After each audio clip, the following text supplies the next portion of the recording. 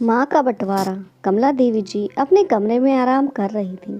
तभी उन्होंने अपनी बहू को आवाज़ लगाई, बहू, ओ बहू। पर किसी ने कोई उत्तर नहीं दिया। कुछ क्षण बाद में खुद ही अपने कमरे से निकलकर रसोई के डिब्बों में झांकती हुई, क्या हुआ माँ जी, कुछ चाहिए था आपको? उनकी बहू रेनू ने पूछा। तुम्हें हैरानी से कहने लगी, बहू, अभी तो मैंने नाश्ता भी नहीं किया, लेकिन यहाँ तो सभी बर्तन खाली हो चुके हैं। मैं तो रसोई में चाय नाश्ता लेने के लिए आई थी, लेकिन यहाँ तो कुछ रखा ही नहीं। कमला जी ने कहा तो रेनू बोली, लेकिन माँ जी, आज तो 1 तारीख है ना, बड़े भैया भाभी आपको लेने आते ही होंगे। मैंने सोचा आपका खाना आज वहीं पर बनेगा, इसलिए मैंने आपका नाश्ता तो बनाया ही नहीं। बहू की बातें सुनकर कमला देवी जी हैरान रह गई। इतनी हैरानी से क्या देख रही है माँ जी? आपका हमारे घर में रहने का समय खत्म हो चुका है। मैंने कुछ गलत तो नहीं कहा? इतना सुनकर कमला देवी जी बोली, देखो बहू, बड़ी बहू का कल फोन आया था यह बात बताने के लिए कि उसे 1 हफ्ते के लिए मायके जाना है, तो वह अभी मुझे 2-4 दिन के लिए नहीं रख पाएगी। यह सुनकर रेनू का गुस्सा 7वें आसमान पर चढ़ गया। बोली, माँ जी, आपके तीनों बेटों और बहू ने मिलकर यह तय किया था कि 1-1 महीना बारी बारी से हम लोग आपको अपने साथ रखेंगे, और फिर महीने की 1 तारीख को ही ऐसा क्या काम पड़ गया जो उन्हें अपने पीहर जाना पड़ा। मुझे सब पता है, यह सब उनकी चाल है, ताकि वह और 2-4 दिन के लिए आपसे छुटकारा पा सके। ठीक है, यदि आप यहाँ पर 2-4 दिन और ज़्यादा रह सकती हैं तो आप 2 महीने बाद 4-5 तारीख को ही यहाँ पर वापस आएंगी। बड़ी भाभी को भी आपको 3-4 दिन ज़्यादा रखना पड़ेगा। इतना सुनकर कमला जी की आंखें आंसुओं से भर गई। वह चुप करके अपने कमरे में वापस लौट गई और अपने पति हरिप्रसाद जी की तस्वीर के सामने जाकर बैठ गई।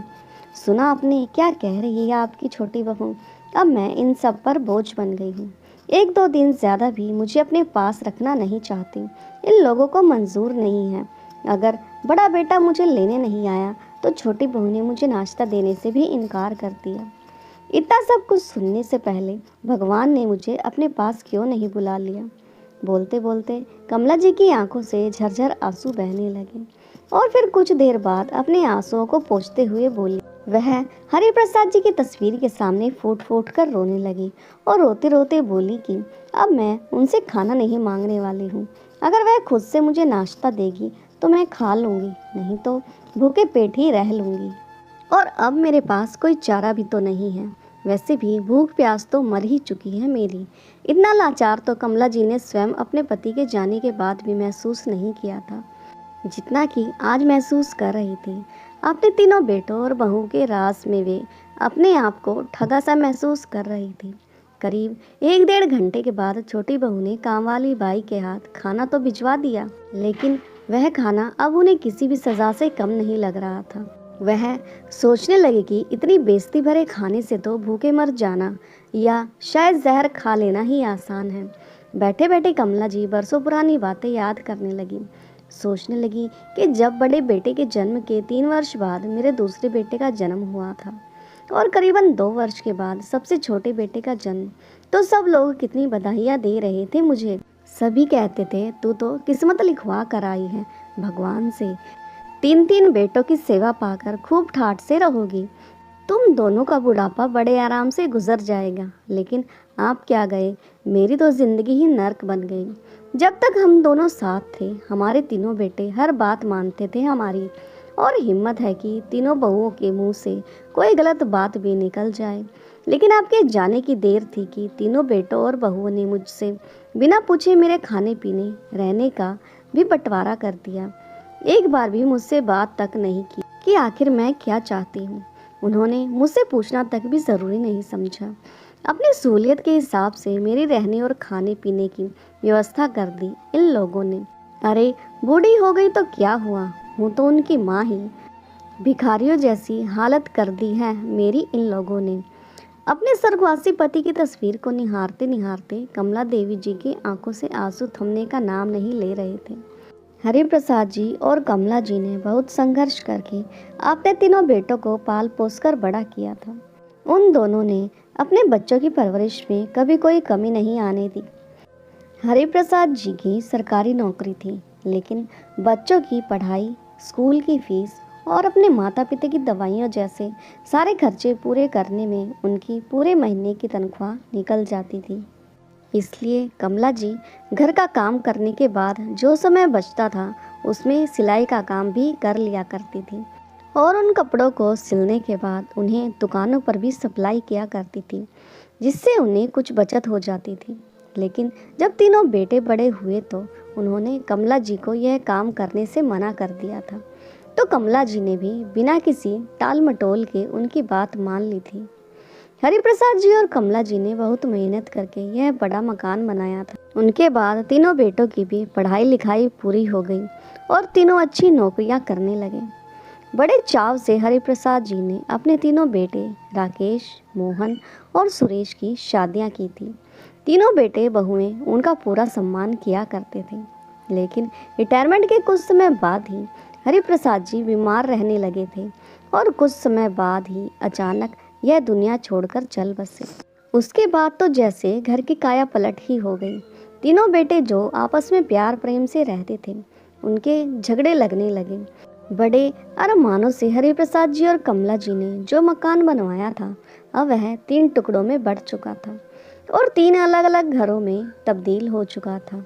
घर के 3 टुकड़े होने के साथ ही कमला जी के दिल के भी हजारों टुकड़े हो गए। उस मकान के पीछे जो गेट हुआ करते थे उस मकान के बीचों बीच अब 2 दीवारें खड़ी हो गई थी। आगे का हिस्सा बड़े बेटे के पास, बीच वाला हिस्सा छोटे बेटे के पास और जो पीछे का हिस्सा था वह दूसरे बेटे के पास आ गया। घरों में आने जाने के रास्ते भी अलग अलग हो गए। बंटवारा यहीं तक नहीं रुका। तीनों बेटे बहू ने कमला जी से पूछे बिना उनका भी बंटवारा कर दिया। एक एक महीना तीनों ने कमला जी को रखने की बारी बांध ली और उन्हें यह फरमान सुना दिया गया कि जिसके पास भी माँ रहेगी पिताजी की पेंशन भी उस महीने उसी बेटे को मिलेगी। अब तो आलम यह था कि 1-2 दिन में भी ऊपर हो जाए तो कमला जी की बहू उन्हें दूसरे दिन चाय नाश्ता देने तक को भी तैयार नहीं थी। आज कमला जी बहुत उदास हो चुकी थी। सोचने लगी कि हर महीने जो पेंशन आती है वह सारी की सारी बेटे ले जाते हैं। ऐसा लगता है जैसे मैं अपने खाने पीने और रहने की कीमत चुका रही हूँ। उसके बावजूद भी भिखारियों की तरह इन लोगों से खाना मांग रही हूँ। किसी ने सच ही कहा है कि माता पिता एक ही घर में रहकर अपने बच्चों को पाल लेते हैं। फर्क नहीं पड़ता वह 2 हैं या 3, मगर वही बच्चे शादी के बाद दोनों मिलकर भी अपने माँ बाप को नहीं पाल सकते। कुछ दिनों बाद अब कमला जी बड़े बेटे और बहू के घर आ चुकी थी, लेकिन यहाँ भी उनकी उदासी दूर करने वाला कोई नहीं था। शाम के समय जब कमला जी टहलने के लिए पार्क में गई तो वहाँ उनको पार्क में उन्हें एक समाज सेविका का ग्रुप जो दिल्ली से आया था बैठा अपना प्रोग्राम बना रहा था। उसमें से एक समाज सेवी महिला ने कमला जी को कहा, अरे कमला जी आप भी चलिए ना हमारे साथ। तो उनकी बात सुनकर कमला जी को ऐसा लगा कि जैसे उनके दिल की बात किसी ने कह दी हो। सोचने लगी कि कुछ समय पहले जब उन्होंने अपने छोटे बेटे के सामने हरिद्वार जाने की इच्छा जाहिर की तो बहुत ज़्यादा खर्चा हो जाएगा। ऐसा कहकर उनके छोटे बेटे ने उनकी हरिद्वार यात्रा की बात को टाल दिया था। मन को मारकर उन्होंने जाने का प्रोग्राम कैंसिल कर दिया था। लेकिन इस बार जब महिला मंडल का प्रोग्राम बन रहा था तो कमला जी खुद को रोक नहीं पाई और अपनी सहेली से कहने लगी, रेखा बहन, बहुत वर्षों से मेरा भी मन था कि मैं हरिद्वार की यात्रा पर जाऊं, लेकिन कभी मौका ही नहीं मिल पाया। मैं इस बारे में अपने बड़े बेटे से बात करके फिर बताऊंगी। लेकिन जब उन्होंने घर पर आकर अपने बड़े बेटे से बात की तो बड़े बेटे ने जो जवाब दिया उसकी तो उन्होंने कभी कल्पना भी नहीं की थी। माँ, कितनी फिजूल खर्ची करती हैं आप। यह सुझाव आपको किसने दिया है? आपकी किसी सहेली ने? इस उम्र में घर पर रहकर भजन कीर्तन करना चाहिए। भगवान तो कण कण में व्याप्त हैं, कहीं जगह जगह उन्हें ढूंढने जाने का क्या मतलब? कमला जी समझ नहीं पा रही थी कि उनके बेटे ने इस तरह का जवाब उन्हें कैसे दे दिया और सोचने लगी कि यही बेटा था जो आए दिन हरिप्रसाद जी से बहाना करके पैसे मांगता रहता था। लेकिन सब कुछ जानते समझते हुए भी उन्होंने कभी कोई रोक टोक नहीं की और आज जब उन्हें उनसे कुछ पैसे मांगने चाहे तो वह बिना मतलब के बहाने बना रहे थे। बड़े बेटे की बात का कमला जी ने कोई जवाब नहीं दिया था और चुपचाप करके वहाँ से चली गई। अगले दिन सुबह जब कमला जी मंदिर गई तो उनकी सहेली रेखा जी भी मंदिर आई हुई थी। कमला जी को देखकर बोले, अरे बहन कमला, तुम चल रही हो ना हम सबके साथ हरिद्वार की यात्रा पर। इस बात पर कमला जी थोड़ा हड़बड़ाते हुए और चेहरे पर फीकी सी मुस्कान के साथ कहने लगी, अरे नहीं रेखा बहन, इस बार कुछ ज़रूरी काम आ गया है और फिर बेटे बहू का भी इस महीने घर में कुछ ज़्यादा ही खर्च हो गया है, तो मैं नहीं जा पाऊँगी। अगली बार पक्का चलूँगी। अरे कमला जी, तुम्हारा तो हर बार का कोई ना कोई बहाना रहता है। कभी घर में ज़्यादा खर्च हो गया है तो कभी मेहमानों ने आना है। साफ साफ क्यों नहीं बता देती कि हमारे साथ घूमना तुम्हें पसंद ही नहीं। अपनी सहेली की यह बात सुनकर कमला जी उदास हो गई और अपनी मजबूरी कह सुनाई। सारी सहेलियां सोचती हैं कि मैं बहाने बनाती हूँ। अब उन्हें कौन समझाए कि मेरा भी मन है, मेरी भी इच्छाएं हैं। अब तो मैं यह सोचती हूँ कि क्या इस जन्म में मेरी भी ख्वाहिशें पूरी हो पाएंगी या नहीं। रेखा, तुम बड़ी खुशनसीब हो जो तुम्हारा बेटा तुम्हारी तीर्थ यात्रा के लिए पैसे दे रहा है। मैं तो अपने बेटे से किसी चीज़ के लिए भी पैसे मांग लूँ तो उल्टा मुझे ही दो बातें सुना देता है। अब तो अपने ही बेटों के सामने कोई इच्छा जाहिर करते हुए भी ऐसा लगता है जैसे मैं कोई भीख मांग रही हूँ। पहले मुझे भी छोटे छोटे खर्चों के लिए बहू बेटों पर निर्भर रहना पड़ता था, लेकिन फिर मुझे लगने लगा कि जब तक मैं अपनी जिम्मेदारियों को उठा सकती हूँ, मैं अपने बेटों पर निर्भर क्यों रहूं? अपनी छोटी छोटी खुशियों के लिए उनसे भी क्यों मांगूं? रेखा जी कहते हुए, और आज देखो मैं अपनी मर्जी की मालकिन। अपनी सहेली की बात सुनकर कमला जी बोली, लेकिन तुम कहीं नौकरी तो नहीं करती हो? इस पर रेखा जी ने हंसते हुए कहा, अरे नहीं, मेरा खाना बनाने का शौक ही मेरे लिए वरदान साबित हुआ। मैंने तो केवल अपने हुनर को पहचान दी है। जब मैंने फ़ोन पर देखा कि मेरी जैसी कितनी ही बुजुर्ग औरतें फ़ोन पर ऑनलाइन वर्क करती हैं, मुझे उनसे बहुत प्रेरणा मिली और मैंने भी अपनी पोती की मदद से एक चैनल खोला और आज मैं आत्मनिर्भर हूँ। अपनी पोती की मदद की बात करते करते रेखा ने कहा, अच्छा अब मैं चलती हूँ, बहुत देर हो गई, शाम को पार्क में मिलते हैं। रेखा जी की बातें सुनकर कमला जी हैरान रह गई और घर आने के बाद सोचने लगी, मैं भी तो दिन भर खाली बैठी रहती हूँ, कुछ करना तो मैं भी चाहती हूँ जिससे इस उम्र में व्यस्त भी रहूं और आत्मनिर्भर भी। लेकिन मैं जानती हूँ कि इस काम में ना तो मेरा बेटा मेरा साथ देगा और ना ही बहुएं, और बड़ी बहू तो मेरे पोता पोती को भी मेरे पास तक नहीं फटकने देती। फिर कुछ देर सोचकर अचानक उनके मन में ख्याल आया कि उनकी आंखों में चमक और होठों पर हल्की सी मुस्कान आ गई। उस समय अपनी सहेली रेखा को फ़ोन लगाया और थोड़ी ही देर में उनसे मिलने पहुंच गई। काफ़ी समय पहले मैं सिलाई का काम किया करती थी, जिससे कुछ पैसे भी कमा लेती थी, लेकिन बेटों के मना करने पर मैंने वह काम करना छोड़ दिया। तुम्हें देखकर मुझे भी प्रेरणा मिली है। मैं भी अपना एक चैनल खोलना चाहती हूँ जिसमें मैं सिलाई बुनाई और क्रोशिया चलाना सिखाना चाहती हूँ, लेकिन मेरे पास इससे संबंधित ज्ञान और उपकरण नहीं है। क्या तुम मेरी इस काम में मदद कर सकती हो? कमला जी की बातें सुनकर रेखा जी मुस्कुराते हुए कहने लगी, अरे इसमें भी कुछ पूछने वाली बात है क्या? यह काम तो तुम आज से ही, बल्कि मैं तो कहती हूँ अभी से ही शुरू कर सकती हो। मेरे पास अच्छी क्वालिटी के मोबाइल से लेकर रिंग लाइट तक सभी उपकरण मौजूद हैं। तुम्हारा चैनल खोलने से लेकर वीडियो अपलोड करने तक सारे कार्यों में मैं तुम्हारी मदद करूँगी।